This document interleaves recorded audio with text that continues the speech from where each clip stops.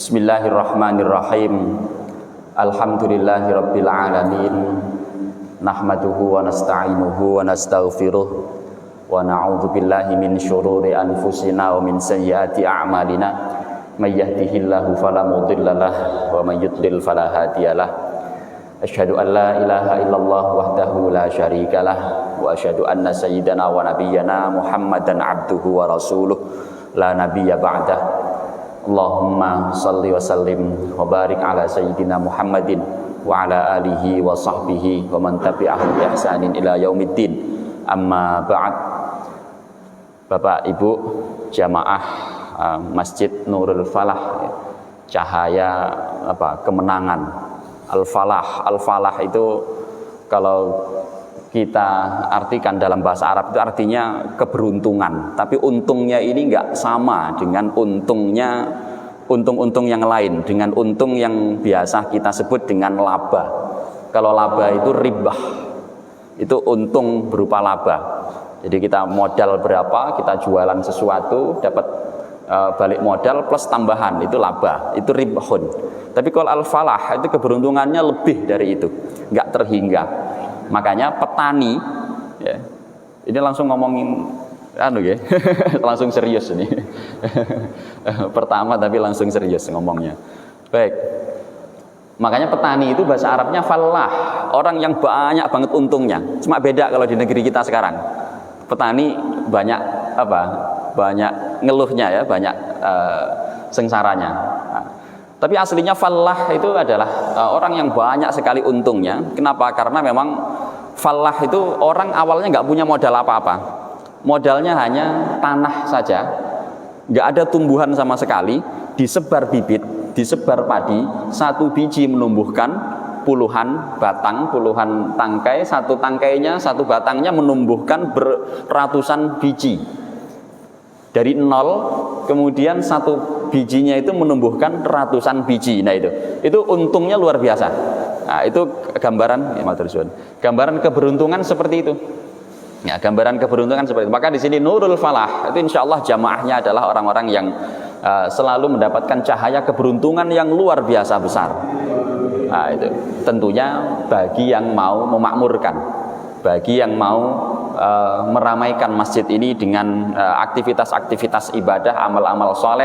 Nah sehingga masjid ini betul-betul menjadi Nurul Falah, menjadi corongnya, menjadi lentera, ya, lentera bagi keberuntungan, sehingga menebar keberuntungan untuk masyarakat yang sangat luas. Ini alhamdulillah terbukti masjid ini penuh, ya, rame, bukan sekedar rame 1-2 orang, tapi penuh. Ini kalau saya hitung ada ratusan ini, ya.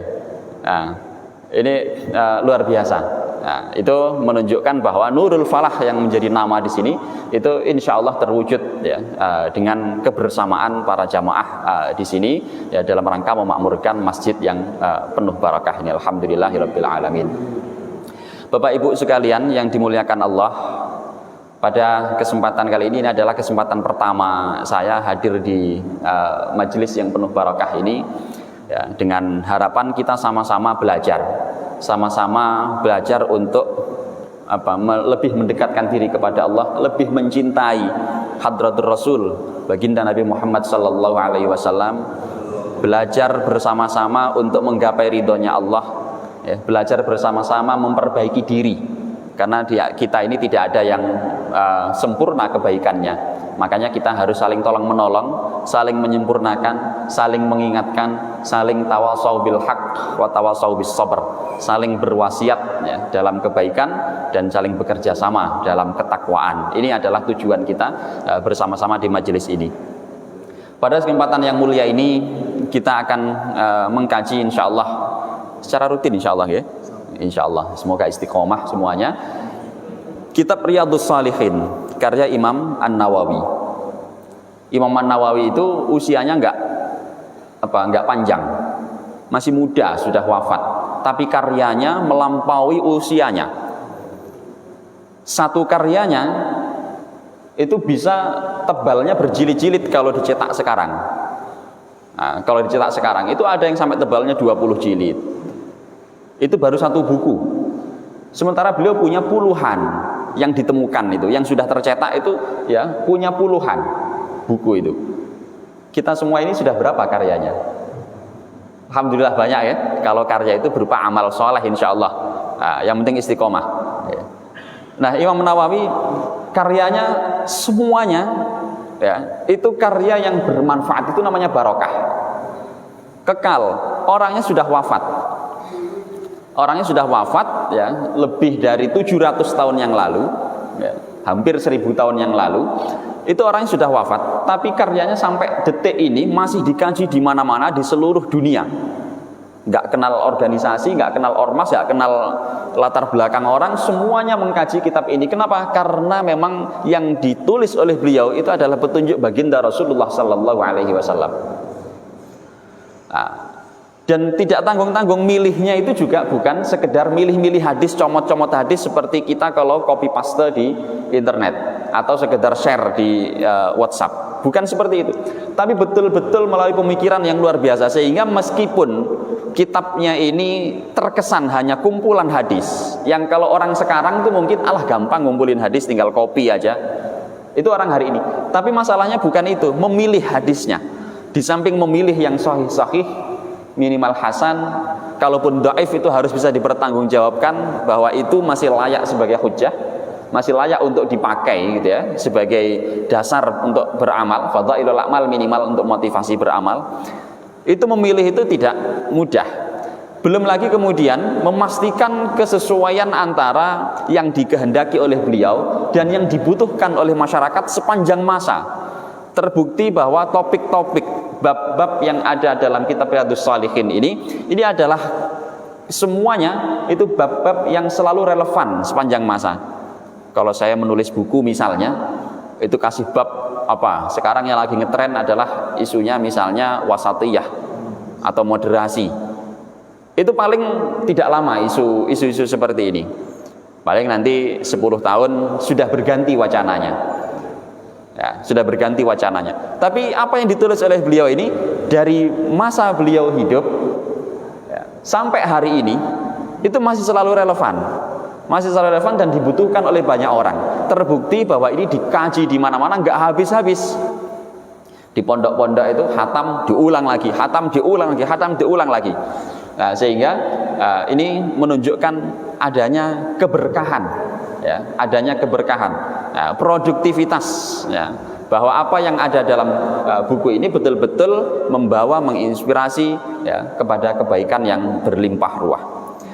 Tujuan beliau menulis kitab ini, salah satu karya beliau lagi yang kecil, ya, yang paling kecil itu Arba'in Nawawi yang tadi disebutkan oleh Ustadz Haji Muhsin. Nah, itu Arba'in Nawawi isinya cuma 42 hadis, tetapi juga luar biasa, itu sudah menghatamkan itu, memahami itu secara utuh, secara komprehensif. Itu sudah setara dengan 2/3 seluruh ajaran Islam, 2/3. Makanya saya kalau misalnya diajak diskusi bagaimana kita mengajarkan hadis, apakah perlu harus khatam sekian banyak kitab, ya. Sebenarnya tidak harus khatam sekian banyak kitab, cukup Arba'in Nawawi itu dibaca, syukur-syukur kalau hafal dihafalkan, kemudian dikaji maknanya, dianalisis kata per katanya. Itu kata per kata itu sudah kalau dianalisis dari hadis 1 sampai hadis 42 itu setara dengan 2/3 ajaran Islam secara keseluruhan, Masya Allah. Dan itu semuanya bisa dipakai dalam kehidupan kita sehari-hari. Nah, lalu dari 42 itu penjabarannya nanti diperluas kalau pengen lebih detail lagi di kitab Riyadhus Shalihin ini. Nah, di kitab Riyadhus Shalihin ini, kalau di hadis 1 Arba'in Nawawi itu tentang ikhlas niat juga ya, ikhlasul amal, tentang niat juga. Nah, di sini juga sama, hadisnya tentang niat, tapi jumlah hadisnya lebih banyak. Jadi ini lebih eksploratif, mensyarah juga hadis Arba'in Nawawi itu. Nah, kalau di sana 2/3, maka ini sudah hampir utuh. Dengan mengkaji Riyadhus Shalihin ini sudah hampir utuh. Tentu kitab ini bukan satu-satunya tentunya. Baik Bapak Ibu sekalian yang dimuliakan Allah Subhanahu wa taala. Ini kalau kita baca muqaddimahnya Imam Nawawi ya, bahwa tentu ya, beliau dalam rangka menulis kitab ini ya, supaya memastikan kita ini betul-betul menjadi hamba yang soleh. Makanya namanya itu Riyadhus Shalihin, taman-tamannya orang-orang soleh. Nah, tamannya nggak satu, tamannya itu banyak. Raudhah itu kan taman yang indah, Riyadh itu bentuk pluralnya, bentuk jamaknya, sehingga taman-taman yang sangat indah yang biasa dihuni oleh orang-orang soleh. Jadi taman-taman yang khusus orang-orang soleh saja. Yang nggak soleh otomatis minggir. Nah, otomatis tidak usah disuruh sudah otomatis minggir. Atau yang nggak soleh masuk ke situ, insya Allah jadi soleh. Nah, insya Allah jadi soleh. Asalkan mau mengambil pelajaran dari situ, kemudian berusaha untuk mengamalkan, insya Allah menjadi soleh. Dambaan kita semua adalah menjadi soleh. Soleh itu kan orang yang baik, layak. Ada sesuatu yang dianggap baik tapi nggak layak, gitu ya.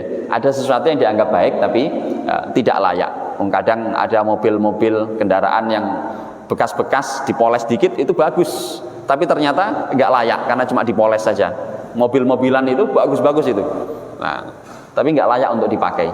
Nah, itu soleh ini bagus, baik dan layak. Nah, sehingga kita layak untuk apa? Layak untuk mendapatkan ridhonya Allah Subhanahu wa taala. Layak untuk selalu mendapatkan rahmatnya Allah Subhanahu wa taala. Layak untuk atau berhak untuk mendapatkan surganya Allah Subhanahu wa taala dengan menjadi hamba-hamba Allah yang salihin, salihat ini tadi. Kemudian yang kedua, latar belakang beliau menulis kitab ini adalah terinspirasi dari ayat wa ta'awanu 'alal birri wat taqwa. Beliau pengen tolong menolong ya, mempunyai kontribusi ya, dalam hal ketakwaan, dalam hal kebaikan, dan itu terwujud, bisa membantu, bisa menolong setiap generasi dari masa beliau sampai hari ini, insya Allah sampai yaumil qiyamah. Saya yakin ini masih kitab yang betul-betul akan dipakai ya, karena jalan kita untuk mengenal Hadratur Rasul, baginda Rasulullah SAW, jalan kita untuk mencintai beliau itu adalah salah satunya menggunakan kitab ini. Sehingga selama di dunia ini masih ada orang-orang yang beriman, yang selalu mencintai Rasulullah SAW, maka kitab ini insya Allah akan selalu dikenang. Itu bukti keikhlasan amal beliau dalam menulis kitab ini. Imam Malik ya, pernah menegaskan ya, maka analillah fahuwa baqin. Dalam versi lain maka analillah baqiyah. Segala sesuatu yang sudah diniatkan karena Allah, segala sesuatu yang selalu diniatkan karena Allah, itu akan kekal abadi. Ini buku terbukti bahwa ini niatnya Imam Nawawi menulis buku ini, itu adalah niatnya karena Allah. Ta'awun 'alal birri wat taqwa. Beliau punya kontribusi membantu kita semuanya melalui kitab. Maka kita sekarang mulai detik ini harus berpikir, saya mau punya kontribusi apa untuk orang lain yang itu niatnya karena Allah. Itulah Bapak Ibu semua yang akan dicatat sebagai amal yang kekal bagi kita, itu jariyah. Bahasa kita jariyah, yang terus-menerus mengalir pahalanya, kekal. Bukan terus-menerus, bukan sekedar terus-menerus mengalir pahalanya, tapi kita juga terus bisa berkontribusi itu dengan baik. Salah satunya dengan karya. Maka mulai sekarang ini kita berpikir punya karya apa? Kalau belum bisa pakai karya buku, boleh kita pakai karya generasi. Anak-anak didik kita, anak-anak kita, putra-putra ya, putra-putri kita dididik dengan baik, sehingga ini akan melahirkan generasi-generasi yang salih-salih terus ya. Kita punya fasilitas umum ya, tempat-tempat sosial, tempat-tempat kebaikan, masjid seperti ini ya, itu semuanya ya, kita punya kontribusi di situ. Nah, minimal kalau tidak punya kontribusi secara maliyah, secara materi, secara harta, kita punya kontribusi secara amaliyah, secara amal, secara pemikiran. Maka kita makmurkan ini ya, lembaga-lembaga keagamaan seperti ini. Nah, sehingga kita punya kontribusi, tapi jangan lupa niatnya lillah, maka lillah baqiyah. Pokoknya kalau niatnya karena Allah pasti kekal. Banyak sekali karya-karya yang ditulis para ulama ya, terdahulu sudah ribuan tahun usianya ya, setelah ditinggal oleh penulisnya, tapi sampai hari ini masih ya, bisa membimbing banyak orang. Nah, itu adalah bukti keikhlasan beliau dalam beramal, dalam berkarya. Nah, ini makanya ya, hal pertama yang perlu untuk kita lakukan adalah ikhlas. Nah, ini maka Imam Nawawi pun dalam mengawali kitab-kitabnya seringkali mengawalinya dengan Kitabul Ikhlas, bab tentang ikhlas, bab tentang niat. Nah, niat itu selalu hubungannya dan ikhlas, ikhlas itu selalu hubungannya juga dengan niat. Karena keikhlasan itu tidak akan muncul kalau tidak ada niatnya. Nah, kita kesini tadi, mari kita koreksi masing-masing diri kita, tidak perlu mengoreksi orang lain. Ya, mengoreksi diri kita masing-masing, kita tanya pada hati nurani kita tadi kesini ini niatnya karena apa? Kalau belum punya niat, mulai sekarang bisa ditata niatnya. Loh, kan sudah terlanjur di masjid ini, tidak apa-apa. Namanya tajdidun niyah, memperbarui niat. Tidak ada kata terlambat dalam berniat.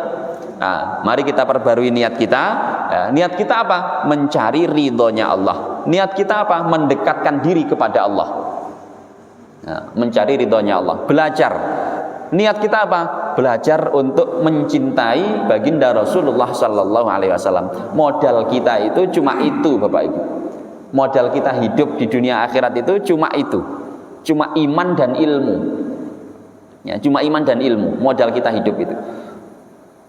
Kita dulu terlahir tidak punya harta, nggak punya materi, sehelai kain pun kita nggak punya.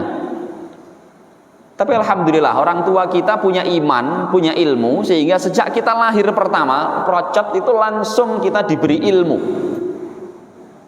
Dikenalkan dengan kalimat-kalimat thayyibah, diadzani misalnya. Ya. Kemudian dikenalkan dengan nama-nama Allah. Ya. Diajarkan sholat dan sebagainya. Itu modal kita untuk hidup. Sampai mungkin kita usia berapa tahun itu kita masih belum punya apa-apa. Baju masih diberi, dikasih orang tua kita. Baru nanti agak dewasa atau bahkan sudah mulai dewasa, barulah kemudian kita mulai belajar mencari materi, mencari harta penghidupan sendiri. Itu artinya materi tadi itu bukan modal kita. Nyatanya kita nggak punya materi sama sekali. Itu bisa hidup belasan tahun. Karena apa? Karena punya ilmu, punya iman. Nah, dengan ilmu dan iman inilah kemudian Allah mengangkat derajat kita, bukan dengan yang lain. Tapi ada juga memang orang yang diangkat derajatnya itu bukan dengan ilmu, bukan dengan iman. Misalnya dengan harta, dengan tahta, dengan jabatan. Ada yang diangkat dengan itu. Tapi kalau ini nggak disertai dengan ilmu dan iman, kita yakin bahwa ya setiap selain itu, selain Allah itu pasti akan hancur, tidak ada yang kekal.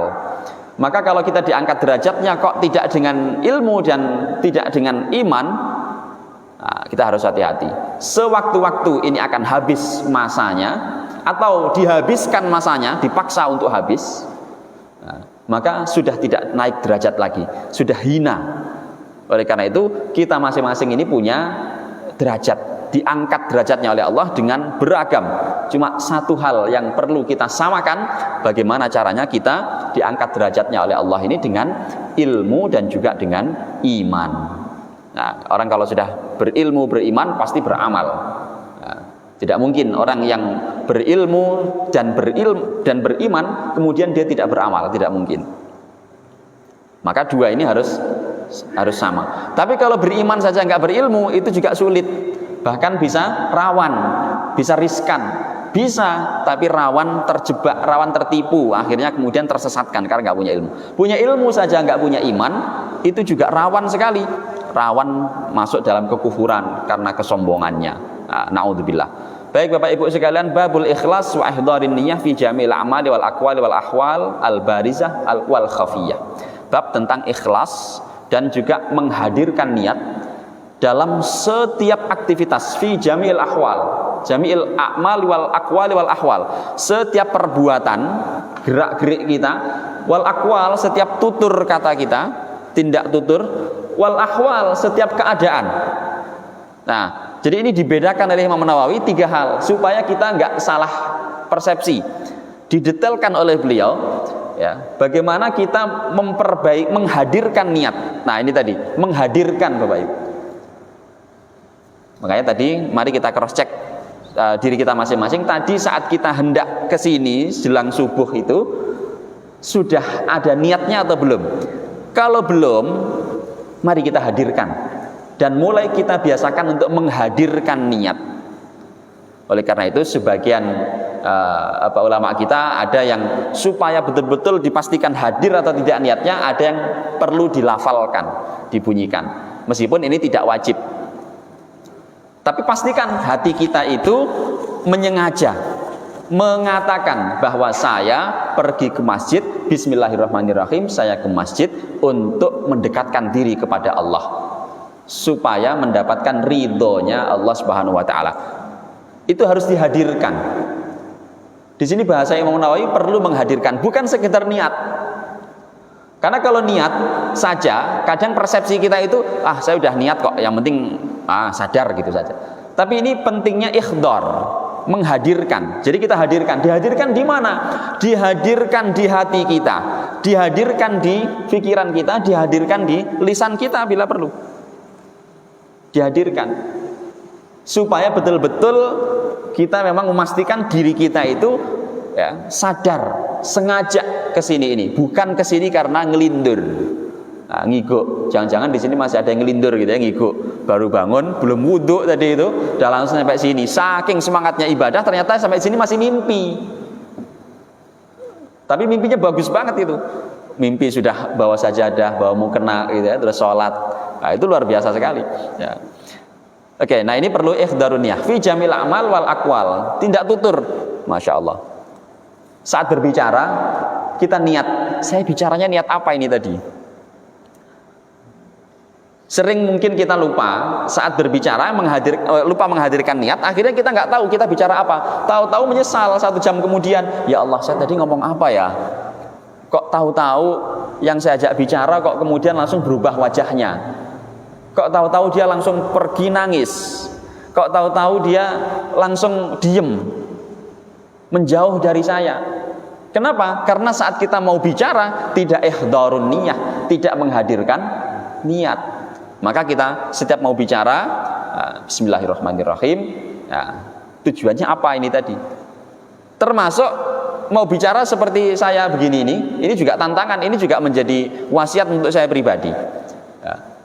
Setiap mau bicara, termasuk apalagi bicara seperti ini di hadapan banyak orang, kita harus menghadirkan tujuannya apa. Kalau tujuannya sekedar misalnya saya pengen dapat jamaah yang banyak, udah kacau itu. Tujuannya apa? Nah, itu harus dihadirkan dalam hati. Dihadirkan dalam hati, tujuan saya apa? Hadirkan di situ, saksikan kepada Allah. Ya. Allah meskipun tahu tanpa kita ungkapkan, tapi kita perlu mengikrarkan itu. Supaya apa? Supaya bisa menjadi kendali kita saat kita nanti bicara, seterusnya di awal, di tengah, di akhir, dipastikan yang kita bicarakan itu ada manfaatnya dan juga ada dasarnya. Itu yang penting untuk menghadirkan niat fil aqwal. Memimpin rapat, niatnya apa rapat itu? Nah, itu harus dihadirkan. Sesuatu yang dihadirkan niatnya, yang dilakukan dengan sepenuh hati. Nah, sepenuh hati ini, Pak. Sepenuh hati itu apa? Sepenuh hati itu ya ada niatnya itu, menghadirkan niat itu namanya sepenuh hati. Kemudian sepenuh tubuh itu totalitas. Sepenuh tubuh nanti totalitasnya. Maka segala sesuatu itu harus dilakukan secara sepenuh hati, sepenuh tubuh. Itulah yang disebut dengan ikhlas. Maka sebagian ulama ada mendefinisikan ikhlas itu itqanul amal. Memastikan amal kita itu tekun, totalitas, kuat, kokoh. Nah, dikokohkan pakai apa? Dikokohkan pakai niat. Niatnya seperti apa? Niat yang safiyah, tasfiyatul amal. Memastikan niat kita itu murni, tulus karena Allah Subhanahu wa taala, untuk mendapatkan ridhonya Allah Subhanahu wa taala. Itu baru namanya ikhlas. Memurnikan perbuatan kita, ucapan kita, ya, kondisi kita, ahwal kita itu dimurnikan supaya di situ tidak ada hal lain, yang ada hanya Allah, yang ada hanya Allah saja dalam aktivitas itu. Kita sadari ini perannya Allah. Ini dapat ridhonya Allah atau enggak ya kalau saya lakukan ya. Kita diem itu ahwal. Akwal tadi bicara lisan. Sekarang ahwal keadaan. Kita cuma rebahan. Ini kan zamannya zaman rebahan ya. Nah, paling enak megang HP sambil rebahan. Itu zaman sekarang ini sudah zamannya orang rebahan. Sehat tapi rebahan. Ada juga yang rebahan karena sakit. Itu ahwal. Kita nggak melakukan aktivitas apa-apa, nggak berbicara apapun, ngelamun itu ahwal. Merenung, berpikir itu ahwal. Itu harus kita hadirkan niat juga. Saya duduk diem, ini niatnya apa? Nah, pernah nggak menghadirkan itu? Kalau tidak itu jadi lamunan. Jadi pikiran kosong, nggak ada gunanya. Padahal min husni islamil mar'i tarkuhu ma la ya'ni. Termasuk tanda kebaikan atau kualitas keberagamaan seseorang itu adalah ketika dia mampu meninggalkan hal-hal yang tidak ada manfaatnya atau tidak jelas manfaatnya. Nah, kalau kita diem rebahan, niatnya jelas, itu menjadi yakni, menjadi sesuatu yang jelas manfaatnya. Kalau jelas manfaatnya menjadi baik. Kalau kita melakukan itu ya, dengan jelas manfaatnya, itu tanda bahwa agama kita berkualitas, iman kita berfungsi. Iman itu Bapak Ibu meskipun ada dalam hati, tapi kadang tidak berfungsi, naudzubillah. Iman kadang tidak berfungsi, makanya ada orang melakukan dosa padahal dia beriman. STMJ, sholat tetap, maksiat jalan. STMJ, ya maksiat jalan terus. Ya, itu imannya ada. Ditanya agamanya apa mas? Oh saya ini muslim asli sejak lahir, muslim. Tapi suka melakukan maksiat. Itu tanda bahwa memang ada iman di dalam hatinya, tapi imannya tidak berfungsi. Imannya sedang tidak berfungsi. La yazni azani hina yazni wa huwa mu'min, wa la yasriku sariq hina yasriku wa huwa mu'min.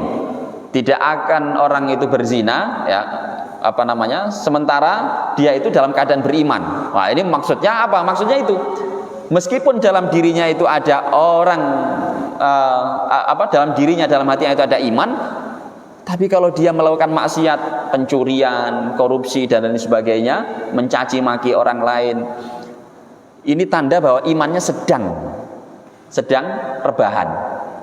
Imannya sedang nganggur. Maka di sini perlu ihdarun niyah supaya apa? Supaya memastikan iman kita berfungsi, supaya takwa kita berfungsi. Iman kita berfungsi melahirkan ketakwaan. Amal kita didasari iman. Itu ihdarun niyah, menghadirkan niat. Jadi saat kita merenung sendirian, hadirkan niat. Niatnya apa? Lupa tiba-tiba, pokoknya iseng gitu ya. Iseng-iseng nganggur, aduh santai-santai lah, leyeh-leyeh, siang-siang panas, leyeh-leyeh. Nah, tahu-tahu ya kipas-kipas ini sambil menikmati cuaca, ya. Terus kemudian lupa ngapain, ngelantur pikirannya. Nah ini berarti kita sedang tidak menghadirkan niat. Segera hadirkan. Astaghfirullahaladzim, saya tadi sudah melakukan sesuatu yang tidak jelas manfaatnya. Saya leyeh-leyeh ini niatnya apa? Niatnya supaya 1 jam lagi saya bisa sholat zuhur. Loh, ihdarun niyah, menghadirkan niat. Leyeh-leyehnya jadi ibadah. Kan lumayan, leyeh-leyeh doang dapat ibadah daripada nonton TV. Nah, santai-santai pengen relaksasi sambil nonton TV. Nggak apa-apa, itu hal mubah. Nonton TV itu asalkan tidak berlebihan, itu hal mubah, boleh, hal yang tidak maksiat lah ya. Nah, menonton TV itu tidak harus maksiat. Nah, sekarang sudah terbuka, ya, sudah bagus-bagus ya informasinya saya kira. Itu niatnya apa? Saya pengen nonton sinetron itu. Sayang kalau ketinggalan, itu artisnya cantik banget itu, yang cowok ganteng banget. Kalau niatnya cuma itu nggak dapat apa-apa. Malah boleh jadi karena nggak ada niat sama sekali, akhirnya apa? Akhirnya kebablasan, malah dapat dosa. Sinetronnya adegannya lagi ngeselin, lalu kita ikut kesel. Wah, semua sumpah serapah diucapkan. Seisi kebun binatang disampaikan, disebut-sebut zikir nama-nama binatang. Nah, disebut itu nama-nama binatang. Nah, ini berarti aktivitas yang kita lakukan nggak ada gunanya, nggak ada ibadahnya, nggak ada gunanya, bahkan sudah, kalau nggak disebut maksiat, sudah ada maksiat di situ. Minimal menyia-nyiakan waktu. Tapi kalau kita niati sejak awal, bismillahirrahmanirrahim, nonton TV, tujuannya apa? Supaya relaksasi, supaya 1 jam lagi saya bisa sholat asar. Gitu loh, menghadirkan niat. Jadi hal yang mubah itu menjadi terkendali, tidak berlebihan. Karena sesuatu yang mubah itu kalau berlebihan itu menjadi haram, menjadi nggak boleh. Wa kulu washrabu, tapi ada lanjutannya, jangan diberhentikan. Wala tusrifu, monggo silakan ya, ngunjuk dahar. Nah, silakan makan dan minum. Makan dan minum itu aktivitas mubah. Tapi wala tusrifu, jangan berlebihan. Kalau sudah berlebihan haram. Bukan makanan minumannya yang haram, tapi amaliyahnya yang haram, yang tidak boleh, karena nanti akan membahayakan kita tentunya. Ya, israf juga ya, menyia-nyiakan harta juga. Baik, al-barizah wal khafiyah. Amal akwal batin. Akwal al-barizah itu ucapan yang tampak, itu ucapan yang tampak yang di lisan, yang di bibir. Tapi ada juga ucapan al-khafiyah, ucapan yang samar-samar. Apa itu? Batin, batin ya. Kita sering batin ketemu orang. Masya Allah, itu orang pakaiannya kok gitu amat. Batin. Berarti kita sedang berbicara tapi secara khafi. Ingat, itu ada hisabnya. Lillahi ma fis samawati wa ma fil ard wa in tubdu ma fi anfusikum aw tukhfuhu yuhasibukum bihillah. Kalau kamu menampakkan ataupun kamu sedang samarkan batin, yuhasibkum bihillah, Allah menghisab, minta pertanggungjawaban nanti itu. Kamu dulu batin apa, Mas? Ketemu orang itu kamu dulu batin apa? Ya Allah, turun ayat ini para sahabat itu nangis, Bapak Ibu. Sedih, galau, minta dispensasi. Makanya ayat itu, akhir surah Al-Baqarah itu turun tidak sekaligus, turun bertahap itu. Awalnya turun sampai di ayat itu, lalu kemudian turun nanti Rabbana la tu'akhidna in nasina aw akhtana. Ya, baru turun itu nanti. Tapi sebelum itu ya, turun ayat ini dulu yang menegaskan bahwa apapun yang kamu lakukan, yang kamu ucapkan, yang terjadi pada dirimu, kamu tampakkan atau kamu sembunyikan, itu akan dihisab oleh Allah, diminta pertanggungjawaban. Setelah itu kemudian Rasulullah SAW bersabda, ya, detik-detik jelang turunnya ayat ini, ya, ayat lanjutan ayat itu, Rasulullah bersabda, innallaha tajawaza an ummati ma haddatsat bihi anfusuhum ma lam yatakallamu. Allah akan mengampuni dosanya orang-orang yang berbicara pada dirinya sendiri. Bicara pada dirinya sendiri itu ngomong dewe itu kayak orang gila ya. Nah, tapi ini tidak ngomong sendiri secara lisan, ngomong sendiri secara hati. Ma haddatsat bi anfusum, apa yang batinnya itu bicarakan pada dirinya sendiri, itu akan masih tetap diampuni oleh Allah. Malam yatakallamu, selama belum diucapkan. Jadi kalau kita batin, segera di stop. Batinnya kalau jelek ya, kalau baik nggak apa-apa, lanjutin. Kalau baik batinnya, Masya Allah itu orang baik, semoga aku ketularan, semoga anakku ketularan, semoga tetanggaku ketularan, semoga, lanjutin nggak apa-apa. Kalau batinnya baik. Tapi kalau batinnya buruk, suudzon, segera hentikan. Kalau kita hentikan segera, tajawaza, Allah akan mengampuni itu, memaafkan itu. Tapi kalau sudah diceploskan, jangan bilang siapa-siapa ya, saya kasih tahu. Loh, ngomongnya jangan bilang siapa-siapa, tapi kita sudah bilang. Nanti yang sana pesannya sama, musalsal namanya, beruntun. Jangan bilang siapa-siapa ya, jangan bilang siapa. Itu kalau sudah diceploskan, awalnya kita mau ceploskan saya lihat dulu nggak ada orang ya, saya ceplosin deh. Saya tadi ngeliatin, taunya di pojok sana ada yang denger, oh dapat gosip baru nih, sampaikan ke tetangga, ke orang lain. Nah, kalau sudah diceploskan, diomongkan, disitulah hisabnya itu, pertanggungjawabannya itu lebih besar lagi. Kenapa? Gak bisa menghapus masalahnya. Bisa nanti pertanggungjawabannya itu dicabut kalau kita bisa menghapus apa yang sudah kita omongkan tadi. Ralat, maaf. Tapi kan kalau setiap hari ralat, maaf, ralat lagi kan capek. Nah, maka di sini perlunya memastikan niatnya kita apa dalam berbuat, dalam berucap, dan dalam beraktivitas atau punya keadaan. Ya, keadaan diri itu niatnya apa? Sampai ya yang tadi sifatnya itu rebahan saja dipastikan niatnya hadir, Bapak Ibu. Baik, Masya Allah, ini ngomongin babnya aja kayak gitu nih. Imam Nawawi selalu karakternya itu mengawali pembahasannya itu dengan menyebut ayat.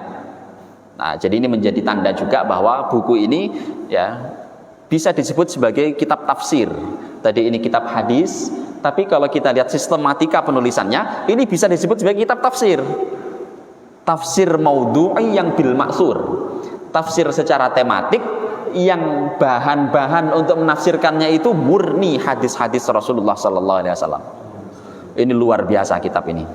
Nah, Imam Nawawi pertama mengutip salah satu ayat. Qala Allah Ta'ala, a'udzubillahi minasyaitonir rajim, wa ma umiru illa liya'budullaha mukhlishina lahuddina hunafa'a wa yuqimus shalah wa yu'tuz zakah wa dzalika dinul qayyimah. Ya, ini surah Al-Bayyinah. Wa ma umiru, mereka tidak diperintahkan. Siapa yang merintahkan? Ya Allah. Mereka tidak diperintahkan oleh Allah illa liya'budullah, kecuali perintahnya hanya satu. Jadi kita hidup ini perintahnya cuma satu, nggak banyak. Nah, kalau misalnya kita ada komunitas perkumpulan seperti ini, dibuat tata tertib. Tata tertibnya satu, apa? Liya'budullah. Pastikan yang Anda lakukan adalah untuk beribadah, mengabdi, patuh, bakti kepada Allah Subhanahu wa taala. Perintahnya cuma satu. Nah, bentuk perintahnya nanti banyak. Ibadah itu jadi maknanya amat sangat luas. Wa ma umiru illa liya'budullah. Pastikan amal kita itu ikhlas, ya, ikhlas tadi murni karena Allah. Murni apa? Murni untuk ibadah. Itu ikhlas. Hadirkan nonton TV kita untuk ibadah. Waduh, nonton TV kok ibadah, ini ngaco ini. Nah, ya itu tadi, niatnya dulu apa? Lah kalau niatnya kita untuk relaksasi supaya nggak kebablasan tidur misalnya, sehingga 1 jam lagi sholat zuhur jadi ibadah. Niat kita jogging. Nah, jogging niatnya apa? Kasih niat ibadah supaya apa? Misalnya ya, ini saya mau olahraga, mau jogging. Niatnya apa? Saya ini dititipi Allah amanah. Berupa apa? Berupa badan, tubuh. Ini saya jaga. Salah satu cara menjaga versi saya, pengalaman saya, ilmu yang saya pelajari adalah dengan jogging. Oke, jogging kita setelah menghadirkan niat itu ibadah namanya. Kan enak ya. Boleh niat kayak tadi itu. Sambil jogging, niat saya silaturahim. Saya bawa kue, bawa makanan. Nanti di sana saya kemarin lihat ada orang yang butuh bantuan. Oke, saya bawain bantuan itu. Joggingnya dapat ibadah. Kalau ibadahnya tadi satu niatnya sehat, menjaga amanah Allah, hadirkan Allah di situ ya. Hadirkan Allah di situ. Ini amanah Allah. Bukan cuma sekedar sehat. Itu juga baik, niat supaya sehat itu baik. Tapi akan lebih sempurna kalau kita hadirkan Allah di situ. Kullu amrin dzibalin la yubda'u bil basmalah fahuwa aqta. Hadirkan nama Allah minimal dengan bismillah. Nah, itu akan menjadi ikhlas. Itu namanya ikhlas. Nah, itu upaya kita untuk ikhlas. Nah, nanti ditambah lagi niat silaturahim, sedekah, masya Allah, menjaga amanah Allah berupa kesehatan, silaturahim, sedekah. Terus ditambah lagi, nanti setelah pulang itu saya seger, balik ke sini, mandi, sholat duha. 4 niat loh. hadir dalam satu aktivitas jogging.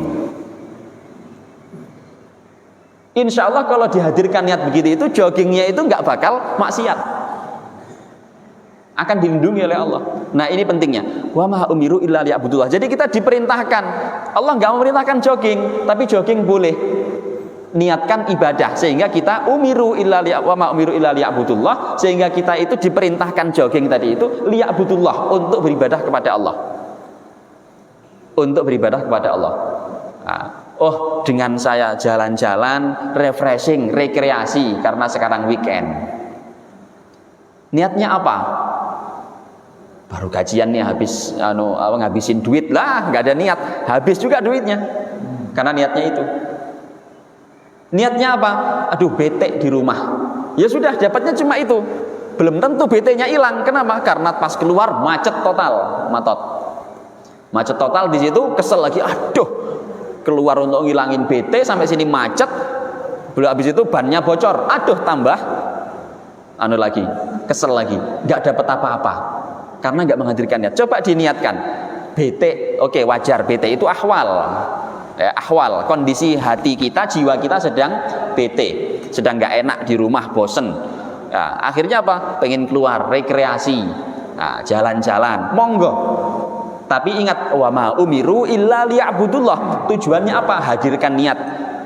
Dengan saya hilangnya bete nanti, saya di rumah akan bisa lebih harmonis lagi dengan anak, dengan pasangan. Ya, saya akan bisa nanti ibadah menjadi lebih enak lagi, fresh lagi, baca Quran lebih tenang, lebih tentrem, lebih bahagia. Loh, wa ma umiru illa liya'budullah. Diperintah untuk jalan-jalan, tujuannya juga lagi-lagi liya'budullah mukhlishina lahuddin, secara tulus, bukan tujuan yang lain. Maka nggak boleh ada tujuan-tujuan lain tadi itu. Jangan tujuannya ngabisin duit, jangan tujuannya cuma sekedar pengen nyobain makanan yang baru di pojok itu. Meskipun itu hal yang mubah, boleh niat begitu, tapi itu nggak mukhlis, nggak mukhlishina lahuddin. Maka harus mukhlishina lahuddin, harus tulus, murni, lillah, karena Allah. Hunafa,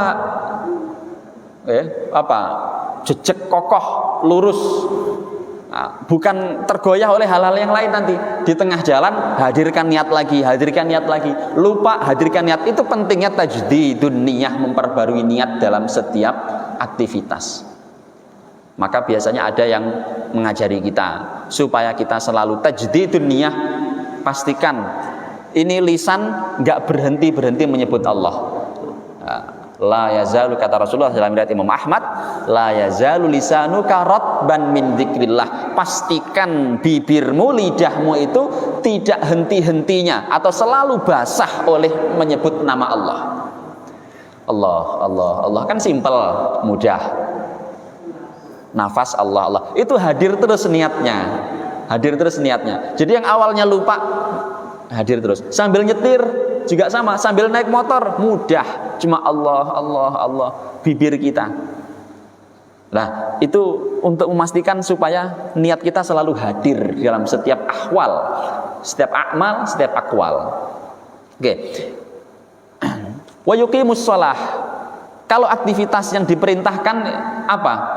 Aktivitas ibadah tadi kan banyak, diantaranya sholat. Tapi kenapa di sini liya'budullah wa yuqimus shalah? Kok dispesifikkan lagi? Karena yang lain-lain itu aslinya bukan ibadah. Tapi kalau diniatkan, dihadirkan niat karena untuk beribadah, mendekatkan diri kepada Allah, jadilah ibadah. Ternyata perintah kita cuma 3 dalam Al-Quran itu. Illa liya'budullah, 1 beribadah kepada Allah, luas sekali. Terus yang spesifik, wa yuqimus shalah wa yu'tuz zakah. Dirikan sholat dan tunaikan zakat. Kita bekerja, niatnya apa Bapak Ibu? Menambah tabungan supaya gemuk, rekeningnya nggak ada gunanya. Kita perbarui niatnya. Supaya apa? Supaya bisa menunaikan zakat. Karena Allah punya syariat berupa zakat. Zakat itu macamnya banyak. Termasuk baik zakat yang wajib ataupun zakat yang sunnah berupa sedekah itu. Saya niat bekerja supaya saya bisa berzakat. Wong zakat itu tidak banyak kok, gitu ya. Sedekah itu tidak harus banyak.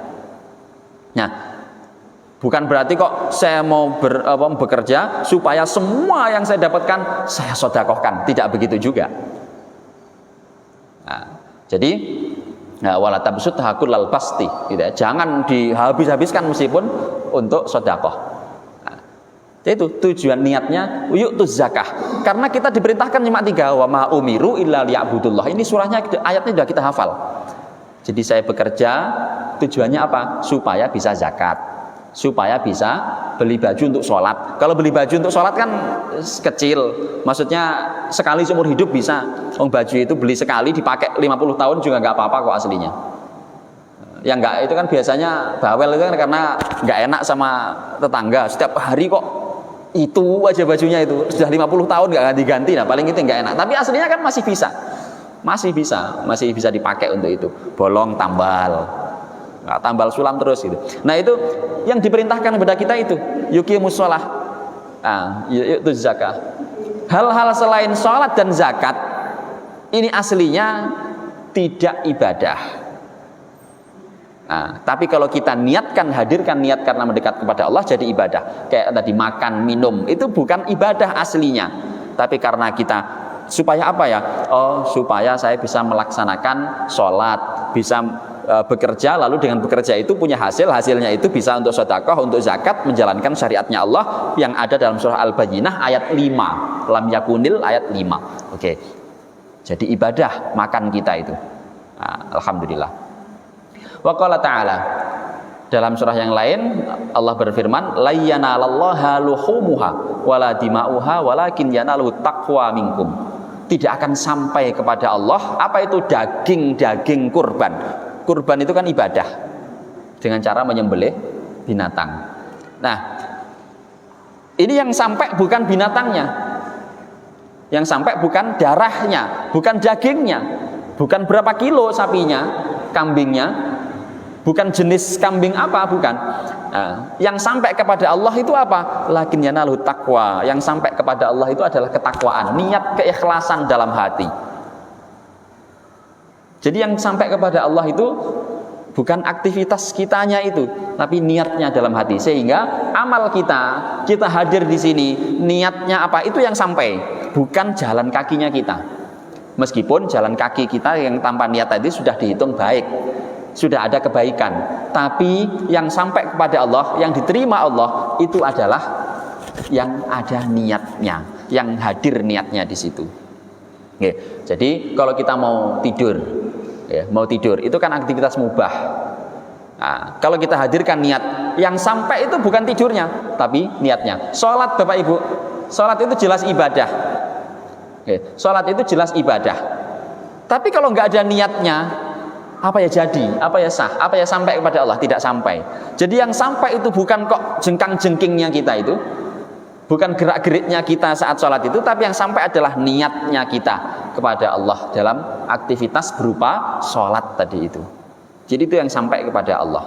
Walakin yanaluhu taqwa minkum, dan niat itu adanya dalam hati. Qul in tukhfu ma fi sudurikum aw tubduhu ya'lamullah. Nah, ini padanan dari ayat yang tadi surah Al-Baqarah.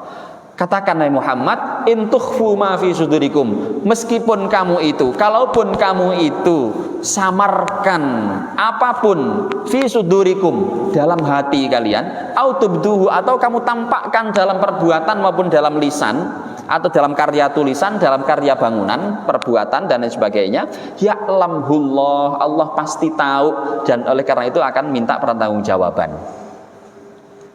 Nah, maka di sini perlu hadir niat.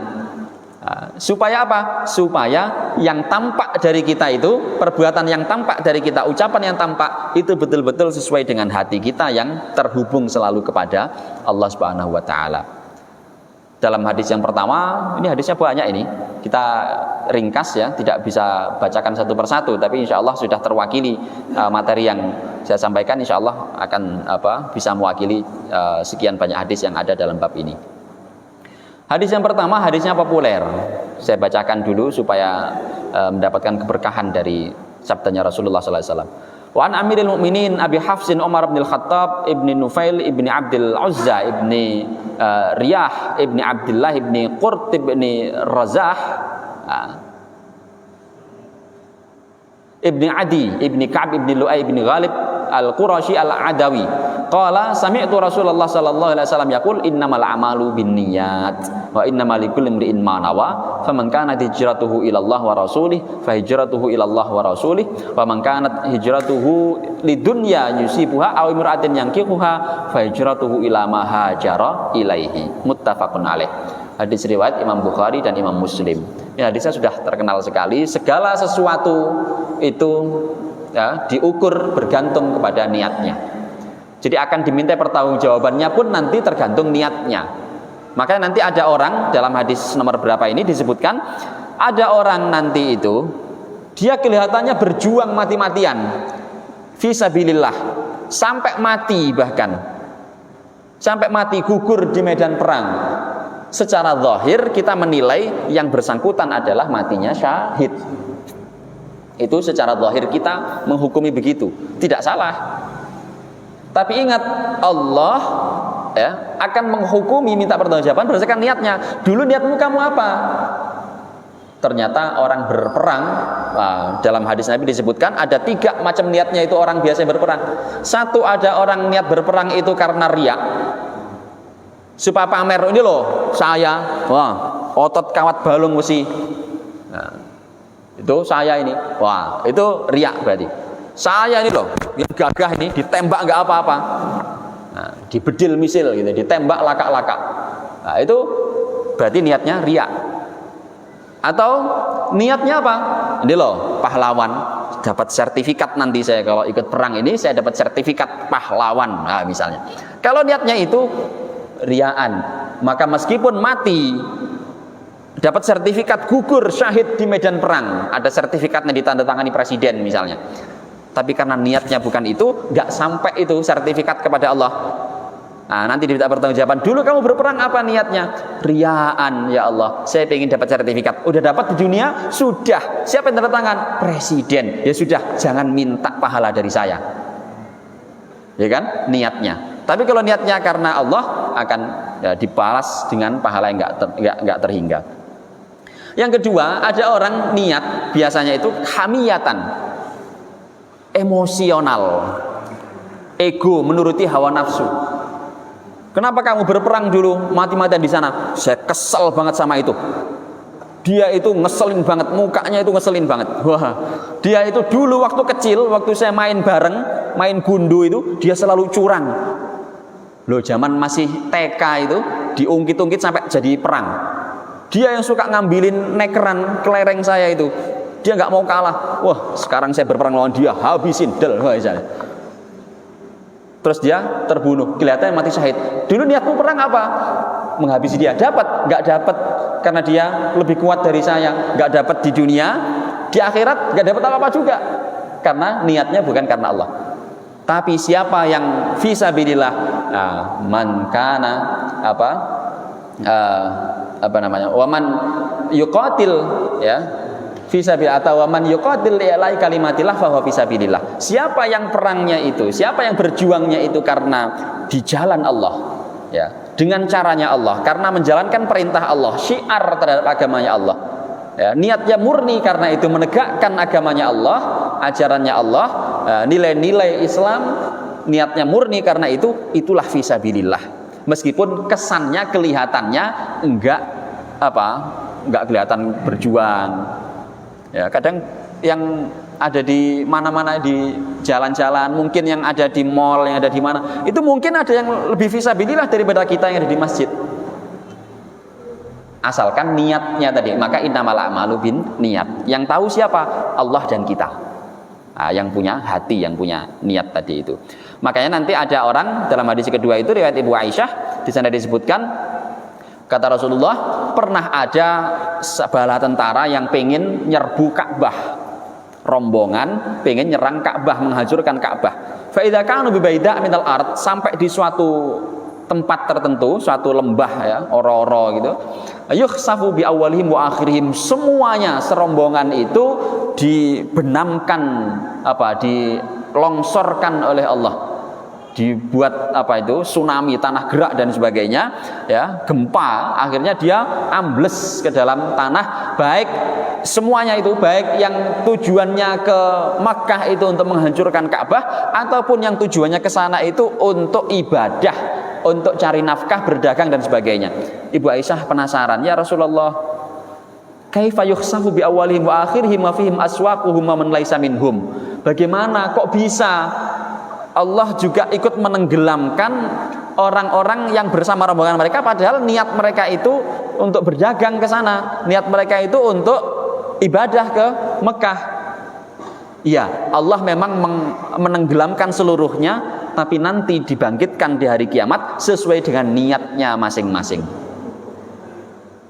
Kita kan sering bertanya-tanya, ya, kenapa kok ada banjir? Ini orang soleh kok kena banjir juga. Kemarin Semeru, kenapa Semeru erupsi, ada gempa dan sebagainya, kok ada orang soleh kena juga, kena bencana juga, mati juga? Apakah dia diazab? Apakah dia, wah, pertanyaan macam-macam gitu ya. Tidak, baca aja pakai hadis ini perspektifnya. Oke, memang kalaupun benar, ya, kalaupun benar yang terjadi itu adalah karena adab, seandainya benar yang terjadi adalah karena adab, dimanapun, saya tidak bicara tentang di satu tempat, ya. Kalaupun yang terjadi itu adalah karena adabnya Allah, karena di situ banyak maksiat, tapi orang soleh di situ kenapa kok kena juga? Oke, memang itulah takdirnya Allah, kehendaknya Allah.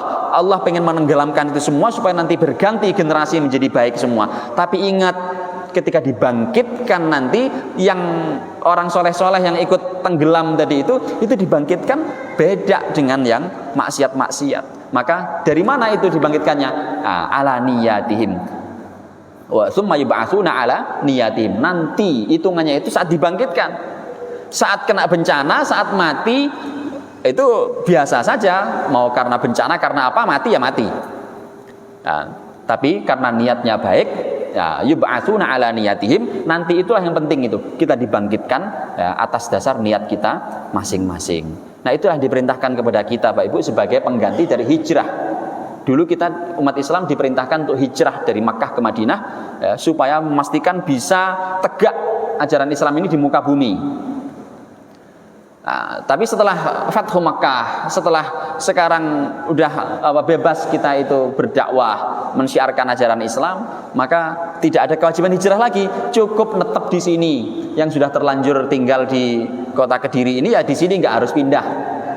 Yang penting memperbaiki niat, punya niat. Nah, itu, ya, beberapa hadis yang bisa mewakili, saya kira, ya, dari sekian banyak hadis yang ada dalam bab pertama ini. Oke, barangkali, ya, ini yang bisa kami sampaikan, ya, terkait dengan bab ikhlas dan menghadirkan niat. Ya, semoga kita mulai sekarang ini bisa selalu memperbarui niat, menghadirkan niat dalam setiap aktivitas kita, dalam setiap ucapan kita, dan juga dalam setiap keadaan kita semuanya. Ya, semoga barokah, manfaat, dan mendapatkan ridho dari Allah Subhanahu wa Ta'ala. Mungkin kami cukupkan dulu untuk pertemuan kali ini.